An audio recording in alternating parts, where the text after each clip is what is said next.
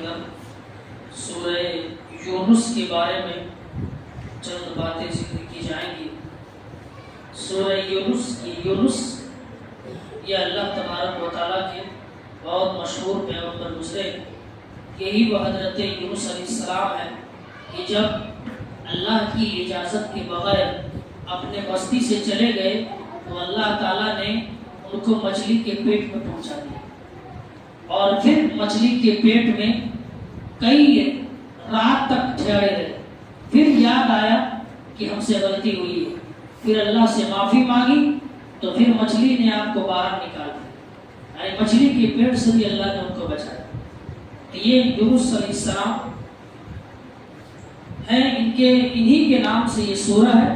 سب سے پہلی چیز جو اس سورہ کے اندر ہے وہ یہ ہے کہ انسان کی خوشی اور اس کے غم کا ذکر ہے، کہ انسان کو جب خوشی ملتی ہے تو اس کا رویہ کیا ہوتا ہے، اور جب کبھی دکھ میں آتی ہے تو پھر اس کا مزاج کیسا ہو جاتا ہے۔ کہا کہ خوشی اور غم یہ ایسی چیز ہے جو انسان کے حصے میں لگی ہوئی، اس سے الگ نہیں ہو سکتی۔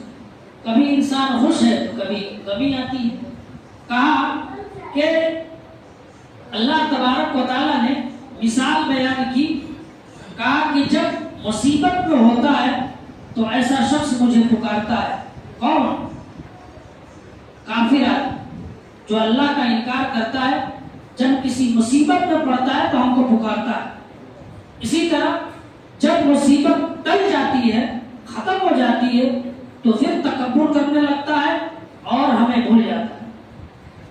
اسی طرح مشرکین کا مصیبت کے وقت جو معاملہ تھا، ان کا بھی یہ عالم تھا کہ جب مصیبت آتی تھی تو فوراً اللہ تعالیٰ کو یاد کرتے تھے، اور جیسے ہی اللہ تعالیٰ نے اس کو اس مصیبت سے چھٹکارا دیا، پھر اللہ کے ساتھ شرک کرنے لگتے تھے، اپنی پرانی روش پر چلنے لگتے تھے۔ سیم یہی معاملہ مسلمان کا بھی ہے۔ حالانکہ یہاں جو ذکر ہے وہ مشرکین کی صفت کا ہے کہ جب مصیبت آتی ہے ان کو بھی تو اللہ یاد آنے لگتا ہے۔ سیم یہی معاملہ مسلمانوں کا بھی ہے، جیسے ہی کوئی مصیبت کا پہاڑ ٹوٹتا ہے فوراً آدمی بھاگتا ہوا آتا ہے، اللہ کو یاد کرنے لگتا ہے، نمازیں پڑھنے لگتا ہے۔ اور اس کی چھوٹی سی مثال آپ دیکھیں کہ جب بھوکمپ آیا تھا 2014 کی بات ہے، تو بھوکمپ کے 15 کی بات ہے، 14 کے لاسٹ یا 15 کی بات ہے، تو اس میں ہم نے دیکھا، محسوس کیا کہ لوگ ڈر کی وجہ سے مسجدوں کی طرف آنے لگے، نماز کی پابندی ہونے لگی۔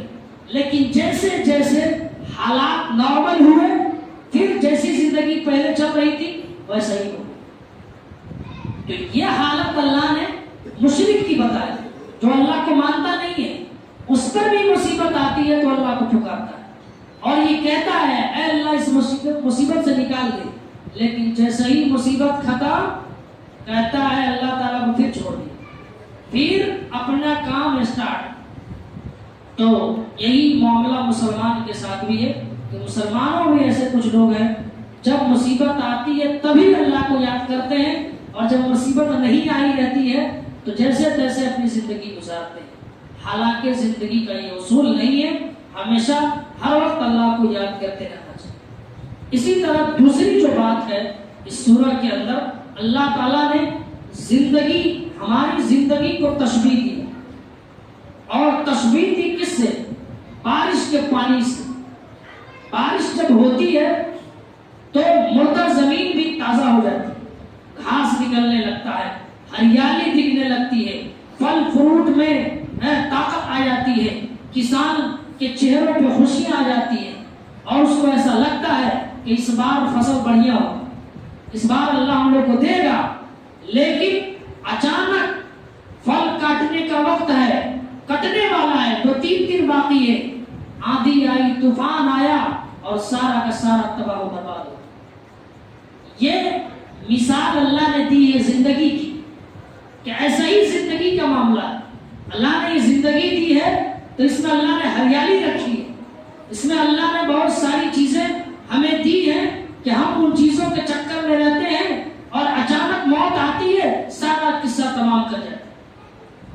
ہوتا کہ نہیں ہوتا؟ آدمی زندگی گزار رہا ہے، میسر ہے، لیکن اچانک موت آتی ہے، ساری چیزیں ختم ہو جاتی، روح نکلا بدن سے، سارا قصہ تمام، جو جہاں تھا وہی تھا ہے۔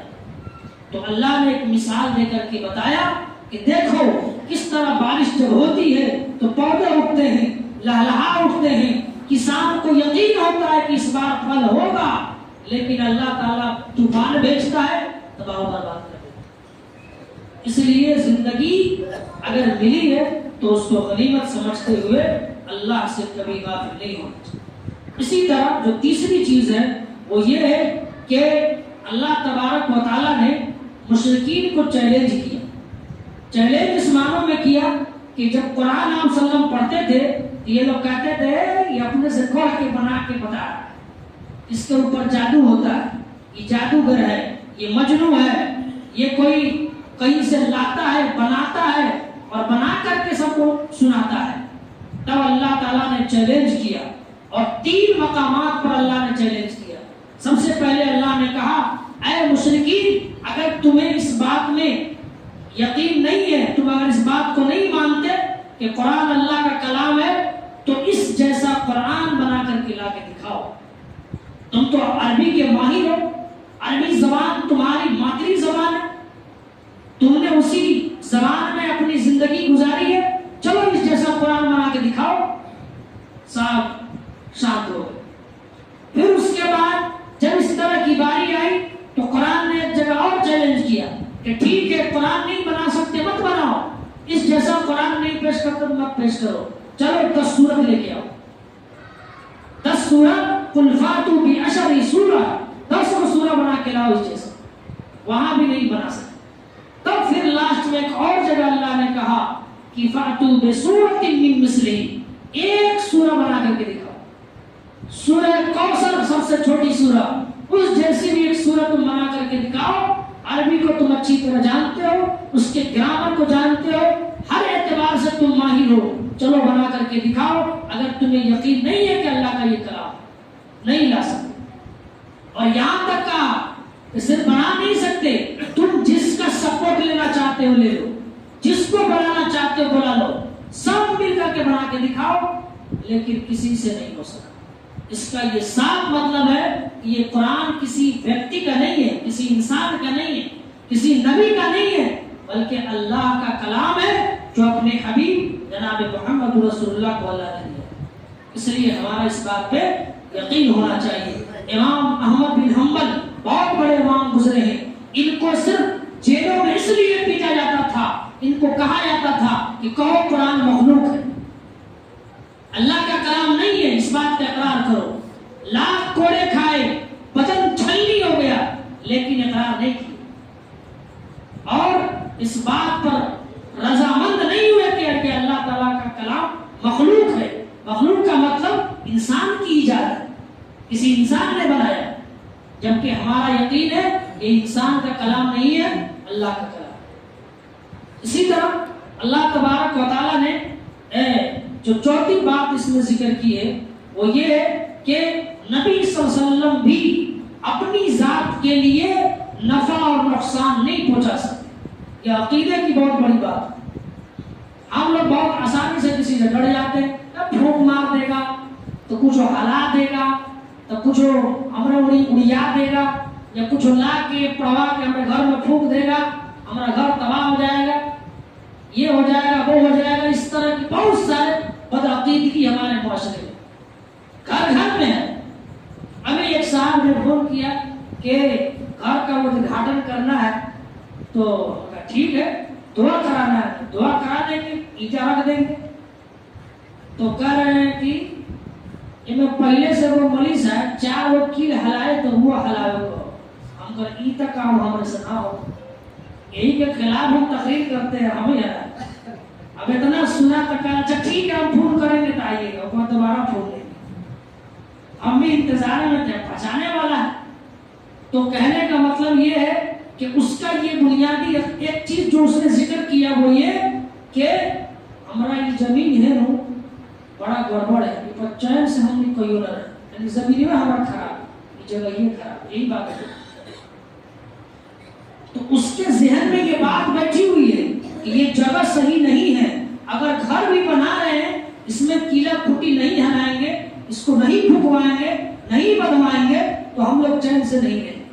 اور یہاں تک کہا کہ حلوائے تھے تو پہلے سے بڑا آرام تھا۔ اب اس کا یقین کتنا مضبوط ہے اس پہ، اب وہ یقین کیسے اس کا ختم ہو اور مشکل سے ختم ہو۔ تو اللہ تبارک و تعالیٰ کی ذات ہے جو نفع پہنچا سکتا ہے، جو نقصان پہنچا سکتا ہے۔ دنیا میں کسی انسان کے بس کی بات نہیں ہے، اس بات پہ 100%، 101% یقین ہونا چاہیے۔ اگر یقین نہیں ہے تو ایسا ہی بدعقیدگی ہوگی، اعمال برباد ہو جائے گا، پتہ بھی نہیں چلے۔ یہ سب چیزیں اپنی جگہ ہے۔ تو اللہ کے نبی کے بارے میں کہا گیا کہ اے نبی، آپ خود اپنی ذات کے لیے نفع نہیں پہنچا سکتے، نہ نقصان پہنچا سکتے، اتنا ہی جتنا اللہ چاہے۔ اپنی بیٹی کو بلایا، کہا کہ اے بیٹی، تیرا باپ زندہ ہے، مانگنا ہے تو مانگ لے۔ اے فاطمہ، اگر تمہیں کچھ چاہیے تو کہو، میں تمہیں ابھی دے دوں، اس لیے کہ مرنے کے بعد میں تیرے کام نہیں آؤں۔ اس بات سے کیا سمجھا ہے؟ اس سے یہی سمجھ میں آتی ہے کہ نبی بھی اس وقت تک کسی کو فائدہ نہیں پہنچا سکتے جب تک اللہ نہ چاہے۔ شفاعت بھی کریں گے تو اللہ اجازت دے گا تب کریں گے، نہیں تو وہ بھی پریشان ہوں گے۔ موسیٰ علیہ السلام پریشان ہوں گے، آدم علیہ السلام پریشان ہوں گے، ان کے ماننے والے پریشان ہوں گے، سب آخر میں آئیں گے نبی کے پاس، آپ صلی اللہ علیہ وسلم کے پاس آئیں گے کہ آپ ہی ذرا سفارش کر دیں اللہ تعالیٰ سے۔ 7 دن تک آپ سجدے میں رہیں گے، پھر کہے گا اللہ سر اٹھائیے، مانیے محمد آپ کو دیا جائے گا۔ تو آپ صلی اللہ علیہ وسلم کہیں گے کہ یہ میری امت کے لوگ ہیں، ان کو معاف کر دیا، ان کو جنت میں جانے دیا۔ یہ کب ہوگا؟ جب اللہ سے آپ اجازت مانگیں گے اور اللہ اجازت دے گا تب ہوگا۔ تو اتنا آسان نہیں ہے مسلمان ہونا۔ اسی طرح قرآن کریم کی سورہ کے اندر اللہ تبارک و تعالیٰ نے اولیاء اللہ کا معنی ذکر کیا، کہتے ہیں نا بڑا اللہ کا ولی ہے۔ اللہ کے ولی کے کچھ صفات ہیں، نیک آدمی جو ہوتا ہے اس کی کچھ صفات ہیں۔ پہلی چیز یہ ہے کہ اللہ کا جو ولی ہوگا اس کو کسی چیز کی چنتا نہیں ہوگی کہ یہ ہو جائے گا، وہ ہو جائے گا، یا ڈر خوف اس طرح کا معاملہ اس کے ذہن میں نہیں ہوتا۔ دوسری جو چیز ہے وہ ہے کہ دنیا میں اس کو اللہ بشارت دیتا ہے، اس کی خوشخبری، اور آخرت میں بھی اللہ تعالیٰ اس کو کامیاب کرے۔ تیسری جو صفت ہے کہ جب بھی اللہ کا ولی ہاتھ اٹھاتا ہے دعا کرنے کے لیے، اللہ اس کی دعا رد نہیں کرتا۔ یہ کب ہوتا ہے؟ جب اللہ کا ولی واقعی ہوتا ہے۔ اسی طرح چوتھی چیز یہ ہے جسے دیکھ کے اللہ یاد آئے، ایسا ویکتی جس کو دیکھنے کے بعد ایسا آپ کو لگے کہ واقعی یہ نیک بندہ ہے، یہ شریف بندہ ہے، اور اس کو دیکھ کر کے آپ کے دل میں بھی تمنا ہو کہ بڑا نیک آدمی ہے، پارسا آدمی ہے، ہم بھی اس طرح بننے کی کوشش کریں۔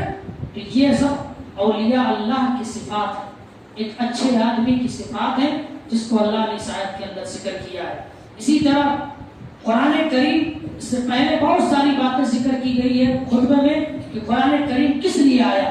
اس میں سے ایک چیز یہ ہے کہ قرآن کریم نصیحت کے لیے آیا، نصیحت حاصل کرنے کے لیے آیا ہے۔ اسی طرح بیماریوں سے علاج کے لیے بھی قرآن کریم کو اگر آپ پڑھ کے دم کرتے ہیں تو اس سے شفا ملتی ہے، بیماری ٹھیک ہوتا ہے، گھر کا علاج ہوتا ہے، انسان دل کا علاج کرتا ہے۔ اسی طرح مومنوں کی ہدایت کے لیے آیا ہے۔ اسی طرح جو سینوں میں بیماریاں ہیں، سینوں کی بیماریوں سے مراد یہ ہے عقیدے کی برائیاں ہیں، ان عقیدوں کی برائیوں سے یہ لڑنے کا بہت بڑا ہتھیار قرآن۔ عقیدہ سے صرف عقیدہ درست کرنا ہے تو قرآن پڑھنا ہو، عقیدہ درست کرنا ہے تو حدیث پڑھیے، تبھی جا کر کے یہ سب عقیدہ درست ہوگا، ورنہ عقیدہ درست نہیں ہے سارا عمل بیکار ہے، سارا عمل بیکار، کوئی عمل کسی کا نہیں، اس لیے عقیدہ بہت بنیادی چیز ہے۔ اسی طرح آخری جو بات ہے اس سورہ کے اندر وہ یہ ہے کہ حضرت یونس علیہ السلام یہ جو تھے موصل شہر کے رہنے والے، شہر کا نام ہے موصل، اور جس گاؤں میں یہ نبی بنا کر بھیجے گئے تھے اس گاؤں کا نام ہے نینوا۔ اس وقت کا نام بھی الگ الگ، نینوا کی طرف آپ نبی بنا کر بھیجے گئے۔ نینوا شہر کی آبادی لگ بھگ 6 لاکھ تھی۔ اس وقت کے بادشاہ نے جب ان کو دعوت دیا، حضرت یونس علیہ السلام گئے ان کے یہاں، دعوت دی تو تکبر میں آ گئے، آپ کی دعوت کو ٹھکرا دیا، ماننے سے انکار کیا۔ جب دیکھا یونس علیہ السلام کی یہ ماننے والے نہیں ہیں تو حضرت یونس علیہ السلام نے کہا کہ آج سے میں ٹھیک ایک بات کہہ کے جا رہا ہوں، آج سے لے کر کے 40 دن کے اندر تمہارے اوپر اللہ کا عذاب آئے گا۔ یہ کہہ کر کے آپ شہر چھوڑ کر کے صحرا میں چلے گئے، جنگل کی طرف چلے گئے۔ اس بیچ میں جو بادشاہ تھا وہ بڑا حساس تھا، اس کو محسوس ہوا کہ یہ نبی اللہ کا ہے، اگر یہ کہہ کے گیا ہے تو پکا ہے کہ عذاب آئے، ڈر گیا وہ، اور ڈرنے کے بعد فوراً اس نے توبہ کی، اپنے قوم کو کہا کہ توبہ کرو۔ اللہ تعالیٰ نے کہا کہ اس نے سچے دل سے توبہ کی ہے، اس لیے میں اپنا عذاب اس سے ہٹا لیتا ہوں۔ اللہ نے اس عذاب کو اس سے ہٹا دیا، ورنہ اس سے پہلے بہت سی قومیں آئیں، سب عذاب میں گرفتار ہوئی اور سب کے سب ہلاک ہو گئی۔ موسیٰ علیہ السلام کی قوم ڈبو دی گئی، اسی طرح لوط علیہ السلام کی قوم کو اوپر سے لے جا کر کے نیچے دھسا دیا گیا، قارون کو اس کو خزانے کے ساتھ دھسا دیا گیا۔ کب؟ یہ لوگ ایمان نہیں لائے، اور اس قوم نے جیسے ہی دیکھا کہ اللہ کے نبی نے کہا ہے تو پکا عذاب آئے گا، ڈر گئی، اور اس سے پہلے کی عذاب آئے توبہ کر لی، اللہ نے عذاب کو ہٹا دیا۔ تو یہ واقعہ بھی اللہ نے اس سورہ کے اخیر میں ذکر کیا ہے۔ اللہ تبارک و تعالیٰ سے دعا ہے اللہ تعالیٰ ہم سب کو کہنے سننے سے سارا عمل کی توفیق دے، آمین۔ وآخر دعوانا الحمد للہ رب العالمین۔